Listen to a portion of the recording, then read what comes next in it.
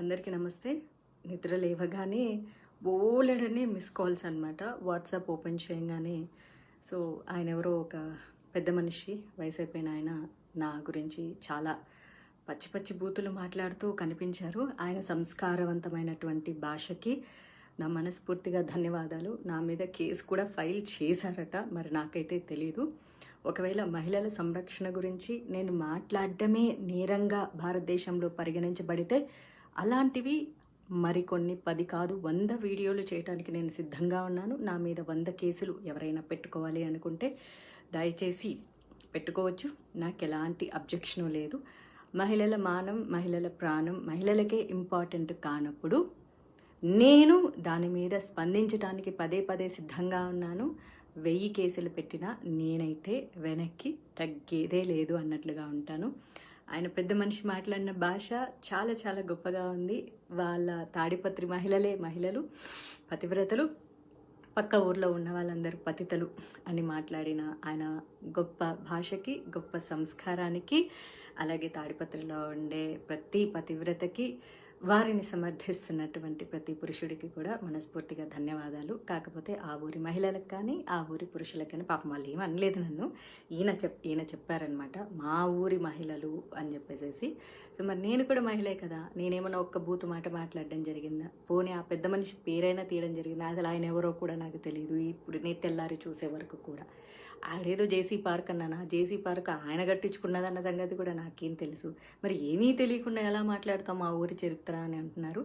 తాడిపత్రే కాదు, ప్రతి ఊరికి ఓ గొప్ప చరిత్ర ఉంటుంది.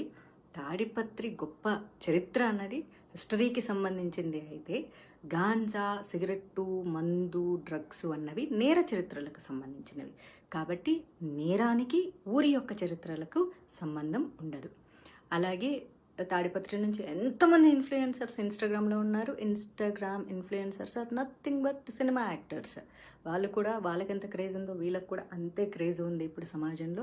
మరి తెర మీద కనిపించే వాళ్ళందరూ ప్రాస్టిట్యూట్లు అని ఆయన అన్నారు. కాబట్టి దయచేసి తాడిపత్రి నుంచి ఎవరెవరైతే తెర మీద కనిపిస్తున్నారో, భవిష్యత్తులో సినిమా రంగంలోకి రావాలనుకుంటున్నారో, అమ్మ దయచేసి మీ అందరికీ రిక్వెస్ట్ చేస్తాను, ఎవరు రావద్దు. సినిమా ఇండస్ట్రీలో కేవలం ప్రాస్టిట్యూట్లు మాత్రమే ఉంటారు. మీ జేసీ ప్రభాకర్ రెడ్డి గారు చెప్పినట్లు తెర మీద కనిపించే మహిళలందరూ క్యారెక్టర్లెస్గా ఉంటారు, చాలా చాలా తప్పుగా ఉంటారు, గబ్బు గలీజ్ పనులు చేస్తుంటారు. కాబట్టి తాడిపత్రిలో ఉన్న వాళ్ళ మహిళలందరూ కూడా పతివ్రతలు. కాబట్టి దయచేసి ఎవ్వరూ కూడా తెర మీద కనిపించొద్దు.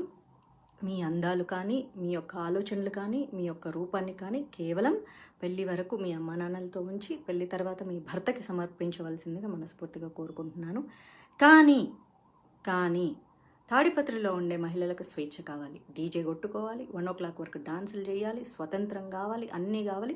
ఏదైనా సరే ఆ ఊరిలోనే జరగాలి. కాబట్టి ఆ ఊరి వరకే ఉంచుకోండి. దయచేసి ఎవరెవరైతే భవిష్యత్తులో తాడిపత్రి నుంచి సినిమా ఇండస్ట్రీలోకి రావాలనుకుంటున్నారో, ఐఎమ్ రిపీటింగ్, భవిష్యత్తులో ఎవరెవరైతే అమ్మాయిల సినిమా రంగంలోకి రావాలనుకుంటున్నారో, ఇన్స్టాగ్రామ్ ఇన్ఫ్లుయెన్సర్గా ఉండాలి అనుకుంటున్నారో, లేకపోతే సీరియల్ యాక్టర్లు అవ్వాలనుకుంటున్నారో, మోడలింగ్ అవ్వాలనుకుంటున్నారో, దయచేసి రావద్దమ్మా.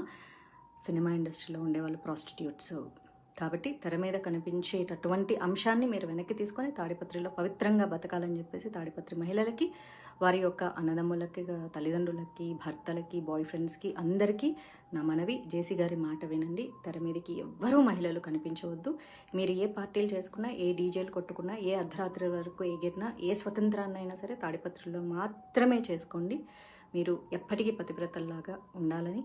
బయట ఊర్లలో ఉండేవాళ్ళు ఎవరు పతివ్రతలు కాదు, పతితలు అని చెప్పేసి, అందులోనూ సినిమా ఇండస్ట్రీలో ఉండేవాళ్ళు ప్రాస్టిట్యూట్లు. కాబట్టి నేను సినిమా ఇండస్ట్రీలో ఉన్నానే, ఆయన అలాంటి పదజాలాన్ని ఉపయోగించారు. చాలా సంతోషం పెద్ద మనిషి గారు, చాలా చాలా సంతోషం అండి. అయితే జేసీ అస్మిత్ రెడ్డి గారు తాడిపత్రి ఎమ్మెల్యే అంట. ఆయన గురించి నేను బాగా విన్నాను. Is very youngster, very nice person, చాలా పొలైట్గా మాట్లాడతారట. కాకపోతే సొంత తండ్రి అంత దారుణంగా మాట్లాడుతుంటే ఆయన కూడా ఖండించలేని పరిస్థితుల్లో ఉండింటారు. కాకపోతే మీకు కూడా సినిమా ఇండస్ట్రీలతో చాలా మంచి సంబంధాలు ఉన్నాయి. అస్మిత్ రెడ్డి గారి వాళ్ళ బ్రదర్కి అయితే సినిమా ఇండస్ట్రీతో చాలా మంచి సాన్నిహిత్యాలు ఉన్నాయి. కాబట్టి మీకు కూడా బయట మీ తండ్రి గారు మాట్లాడినటువంటి భాష మీరు మాట్లాడరు అని కూడా నేను వినడం జరిగింది. ఏదైతేనేమి జేసీ గారికి సమర్థిస్తున్నటువంటి సైకోపాత్స్ అందరికీ కూడా మనస్ఫూర్తిగా ధన్యవాదాలు. నేనైతే భయపడట్లేదు.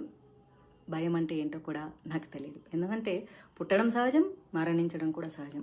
మధ్యలో జరిగేవన్నీ మన కర్మల్ని బేస్ చేసుకునే ఉంటాయి. కాబట్టి నన్ను మీరు కిడ్నాప్ చేయాలనుకుంటే చేసుకోవచ్చు, లేకపోతే మీరు చెప్పినటువంటిది ఏదైనా మర్డర్ చేస్తారంటే కూడా చేసుకోవచ్చు. ఎందుకంటే నా తలరాతలో ఏం రాసి ఉంటే అది జరుగుతుంది తప్ప నా తలరాతలో రాయింది ఏది జరగదు.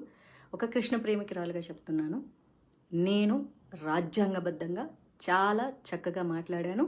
మహిళల స్వేచ్ఛ గురించి, స్వతంత్రం గురించి, సేఫ్టీ గురించి మళ్ళీ మళ్ళీ మాట్లాడుతూనే ఉంటాను. జేసీ ప్రభాకర్ రెడ్డి గారు అయితే చాలా చక్కగా మహిళలకు స్వేచ్ఛ కావాలి, స్వతంత్రం కావాలి, మహిళలు ఇంట్లో కూర్చోకూడదు అని చెప్పి ఒక మహిళనైనా నన్ను అమ్మ నా బూతులు తిట్టడం జరిగింది. పాముకి 2 నాలుకలు ఉంటాయి, మనిషికి ఒళ్ళంతా విషం ఉంటుంది. ఆ విషముతో కూడినటువంటి పాము నాలుకలా మాట్లాడినటువంటి మీ యొక్క వయసుకి కూడా నాకు మర్యాద ఇవ్వాలని ఉన్నా సరే మీ భాషకి మర్యాద ఇవ్వలేక, ఇక ఎలాగూ వయసు అయిపోయింది కాబట్టి మిమ్మల్ని అనుసరించి మీరు మాట్లాడేవి చేదు మాటలు నచ్చే ఎంతోమంది సైకోపాత్స్లు ఉంటారు. కాబట్టి మీ అందరికీ నా పాదాభివందనాలు. మీ యొక్క గొప్ప సంస్కారానికి నేనైతే తలదించేది లేదు. Madhavilatha Pasupuleti. Karma will be back. I stay with good karma. You are going in a wrong way. కాబట్టి మీ కర్మలకు మీరే బాధ్యులు తప్ప నేను కాదు. ఒకవేళ భగవంతుడు నాకు ఆ కష్టాలు మీ వల్లే రాసి పెట్టి ఉంటే అది కూడా నా కర్మలో భాగం అనుకుంటాను తప్ప నేను తప్పు చేశానని ఒప్పుకోను. రాజ్యాంగబద్ధంగా చాలా సక్రమంగా మాట్లాడాను. మీరు రాజ్యాంగాన్ని తప్పి నీతి తక్కువ మాటలు మాట్లాడారు కాబట్టి మీ యొక్క కుసంస్కారానికి ఈ వయసులో మీరు సిగ్గుపడాలి. మీ భార్య కానీ, మీ ఇంట్లో ఆడవాళ్ళు కానీ, మీ కోడల్లో కూతుర్లో మరి మీ యొక్క భాషని వారు సమర్థిస్తున్నందుకు ఆ మహిళా మహారాణులకు పాదాభివందనాలు. కాకపోతే మిమ్మల్ని ఏమీ అనలేక వాళ్ళు మౌనంగా రోధిస్తున్నందుకు వాళ్ళ రోదనకు నా సంతాపం.